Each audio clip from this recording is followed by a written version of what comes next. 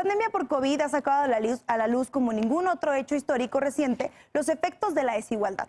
Por ello, los distintos organismos que integran el sistema de las Naciones Unidas han pedido a los estados garantizar a toda la población, en especial a los grupos vulnerables, atención médica y respeto a los derechos humanos. Veamos en contexto. La alta comisionada de las Naciones Unidas para los Derechos Humanos, Michelle Bachelet, ha pedido a los países miembros de la ONU abordar la pandemia del COVID-19 con un enfoque cooperativo, global y basado en los derechos humanos.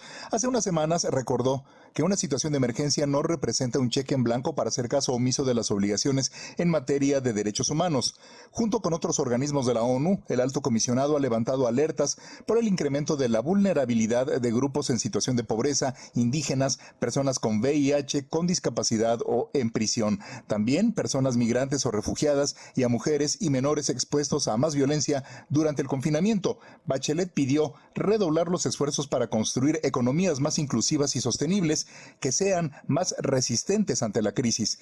El alto comisionado emitió directrices para incorporar una perspectiva de derechos humanos durante la atención de la crisis y pidió ofrecer a cada grupo la atención y el acceso a los servicios necesarios. El documento señala que a nadie se le debe negar la atención médica por un estigma o por pertenecer a un grupo marginado o vulnerable. Además, pide a los estados garantizar la provisión de bienes y servicios esenciales y que prevalezca un sentido de solidaridad y protección contra el racismo y la xenofobia o el crecimiento del nacionalismo desenfrenado. Punto y contrapunto. Esta noche nos acompaña Ricardo Baruch, oficial regional de Advocacy de la Federación Internacional de Planificación Familiar. Buenas noches, Ricardo. Bienvenido. ¿Qué tal? Muy buenas noches. Un gusto estar contigo y con todos los compañeros. Bienvenido. Elvira Pablo, integrante de la CONAMI, la Red Nacional de Abogadas Indígenas de Girls Not Brides. Bienvenida, Elvira. Buenas noches. Hola, muy buenas noches. Muchas gracias por la invitación. No, gracias a ti. Luis F. Fernández, director ejecutivo de la organización Nosotros. Buenas noches, Luis. ¿Cómo estás? Buenas noches, Estefanía. Todo muy bien. Muchas gracias por la invitación. No, gracias a ti. Y Saskia Niño de Rivera, cofundadora de Reinserta. Buenas noches, Saskia. Muy buenas noches a todos y a todas. Bueno, me gustaría empezar hablando con Elvira porque justo parte del movimiento feminista, el problema ahora ha sido que no nos hemos podido organizar porque lo que teníamos eran las calles y las organizaciones de acompañamiento y ha sido muy difícil darle rumbo a esto y a esto del activismo desde casa. Entonces, tú que te dedicas un poco a esta parte, me gustaría saber cómo le están haciendo para organizarse o reorganizarse ahora en el tema de quedarse en casa. Muchas gracias. Bueno, pues ha sido todo un reto realmente porque, como bien dices, mucho del trabajo que hacemos tiene que ver también con salir, ¿no? Salir a las calles, salir a las comunidades, reunirnos con las compañeras y bueno, eso ha tenido que cambiar bastante. Hemos tenido que reformular varias cosas. Seguimos lo que nosotras hacemos mucho, por ejemplo, en las articulaciones de mujeres indígenas, es que nos comunicamos también mucho por WhatsApp, ¿no? Entonces todo el tiempo estamos comunicadas por WhatsApp, a veces pues usar esas nuevas plataformas, ¿no? De repente Jitsi Meet, Zoom se han vuelto parte de la cotidianidad, pero también hemos tenido complicaciones porque, por ejemplo, también nuestras compañeras que están más en lo comunitario, más en las comunidades, bueno, también con un montón de problemas de conexión y de poder comunicarnos, de poder trasladarnos. Entonces, pues ha sido todo un reto. Y luego también, además, en este contexto de COVID, una cosa que ha pasado es que, bueno, yo soy de Oaxaca, entonces mucha gente en Oaxaca que está en el activismo lo hace por gusto, digamos, no es porque sea algo que represente, digamos, como necesariamente un empleo, ¿no? Mucha gente tiene un empleo, tiene algún negocio o algo para tener ingresos y se dedica al activismo. Entonces también en este contexto en el que muchísima gente ha perdido sus trabajos, ha sido mucho más complicado ahora porque ahora hay que preocuparse también por la sobrevivencia, ¿no? Por tener que comer y de repente pues eso puede dificultar también poder seguir en el activismo para quienes lo hacen de forma voluntaria. Entonces pues eso también ha sido o es otra complicación también, ¿no? Y bueno, además para también quienes están en defensa de territorio, en cosas mucho más, también de estar en el campo, digamos, también ha sido difícil porque si bien la pandemia ha detenido muchas cosas, la violencia no ha parado, ¿no? Y la violencia y persecución contra defensoras de derechos humanos, contra defensoras de tierra y territorio, eso no se ha detenido. Entonces, pues es como un contexto complejo, tenemos que adaptarnos a nuevas formas de comunicarnos, tenemos nuevos retos también, ¿no? Y bueno, se suma a lo que de por sí ya enfrentábamos, se suman estas complejidades. Entonces también, como bien lo decías, ¿no? En cuanto a acceso a justicia, en cuanto a acceso a salud, a servicios básicos, la cosa se está poniendo muy complicada y ahorita, al menos en Oaxaca, parece que vamos a un escenario todavía bastante difícil de lo que ya está. Claro, me imagino. Imagino que ustedes coinciden también en que el uso de las plataformas ha sido lo que está salvando la conexión entre estas organizaciones que además, a las que ustedes pertenecen, que además tienen mucha gente y que tiene que haber mucha interconexión entre estos. No sé a quién le gustaría seguir. Yo conozco muy bien la organización Nosotros, que ha hecho un trabajo muy importante y es muy grande. No me imagino cómo deben estar haciéndole ahora. Pues te cuento un poco, Estefanía, y retomo la preocupación de Elvira. Estoy completamente de acuerdo que una de las principales preocupaciones ahorita de las poblaciones con las que trabajamos es tener acceso a alimentación, es lograr subsanar las necesidades más básicas que tienen en el día a día, deja tú ya para organizarse, simplemente para sobrevivir la cotidianidad. Desde el principio lanzamos nosotros un centro de acopio que ahora ha crecido bastante y es uno de los proyectos yo creo que más grandes ahorita del proyecto, que ahora se sumaron 10 organizaciones y el proyecto evolucionó, ahora se llama rodandoayuda.mx, lo pueden consultar quienes nos escuchan, y es un proyecto en donde recopilamos recibimos distintas donaciones en efectivo y en especie y las damos a las comunidades con las que trabajamos. Ahora, sabemos que esto no es suficiente y no tenemos la capacidad de llegar, la verdad, a pesar de ser una organización grande, tenemos la capacidad de llegar a muy poca parte de la población. Entonces, lo que impulsamos es el ingreso vital. Hicimos una exigencia, Estefanía, estamos coordinándonos con ya decenas de organizaciones, ya son miles de personas alrededor del país quienes se han sumado a esta iniciativa para poder exigir un ingreso vital mínimo, que es, digamos, está anclado al salario mínimo general, que son 3.746 pesos mensuales.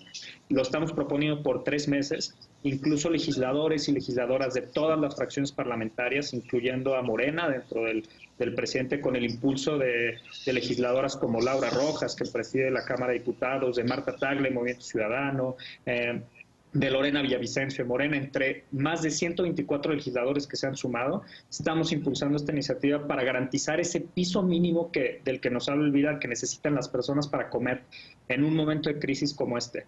Digamos que estas son como las 2 iniciativas más grandes que tenemos y las estamos canalizando y concentrando con trabajadoras del hogar, que es uno de los grupos con los que más trabajamos, con trabajadores de plataformas digitales que también le están pasando muy mal en estos momentos y personas en situación de calle. Digamos que son estos 3 grupos con los que hemos concentrado atención en el momento de la pandemia y para quienes pedimos este ingreso vital que incluso CEPAL, la Comisión Económica para América Latina y el Caribe, ya ha recomendado para los gobiernos nacionales y específicamente para México.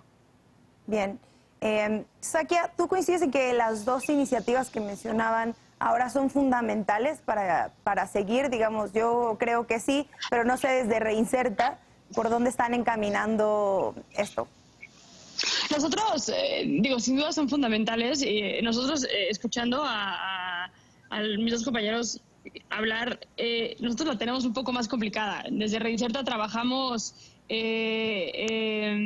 temas de cárceles y algo que hemos visto con esta pandemia es la manera de comunicarnos era pues, a la antigüita. O sea, ahorita lo que estamos estableciendo, por ejemplo, es manera de cartas, porque las autoridades no nos están respondiendo de la manera que deberían, se están muriendo adentro de las cárceles y como es una población que suele estar olvidada, pues están un poco como haciendo caso omiso de lo que pasa adentro. Y dependemos al 100% de las autoridades nos den información y luego encima confiar de esa autorización. Entonces, desde Reinserta hemos tenido que innovar de qué manera nos comunicamos con las personas adentro de la cárcel.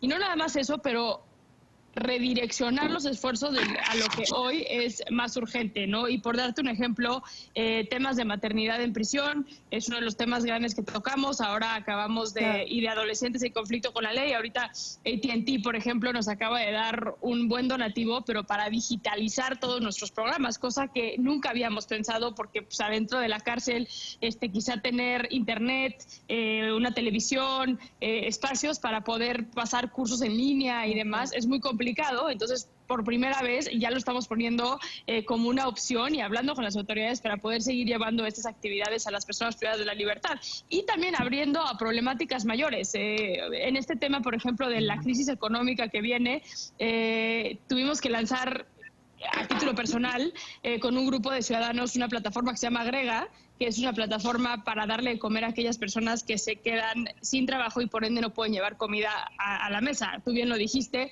56% de la población en México tiene trabajo informal, por lo cual quiere decir que en México la gente está pasando hambre. Y no sabemos, mucha gente ni se lo imagina, pero mucha gente en la cárcel trabaja. Y con el dinero que hacen trabajando dentro de las cárceles, se lo entregan a sus familiares afuera, muchas veces a sus esposas, quienes con eso compran comida para llevar comida a la mesa. Entonces, sí es un gran reto que estamos teniendo desde Reinserta. Hoy en la mañana tuve una reunión con varios activistas en materia penitenciaria de Latinoamérica y todos afrontamos, una, la omisión de las autoridades y dos, esta nueva forma de afrontar los grandes retos que nos toca con esta población, ¿no? No, me imagino, y sobre todo con la gente privada de su libertad. Claro, tiene que ser y mucho todas estas más. plataformas pues no son opciones, ¿no?, para nosotros. Claro, no, definitivamente. Baruch, recogiendo un poco de lo que estaban diciendo las compañeras y el compañero, ¿tú con qué te quedas de qué es lo que sigue haciendo falta y que además hay que comunicar lo que está costando trabajo en este momento? Bueno, yo creo que uno de los grandes retos es como reinventarnos como organizaciones de la sociedad civil, porque sin duda toda esta cuestión del encierro nos está haciendo replantear muchas de las cosas que hacemos, ¿no? Por ejemplo, en el caso de la Federación Internacional para la Planificación Familiar, a la que pertenezco, apoyamos muchas organizaciones de la sociedad civil en toda América Latina y el Caribe que brindan servicios de salud sexual y reproductiva.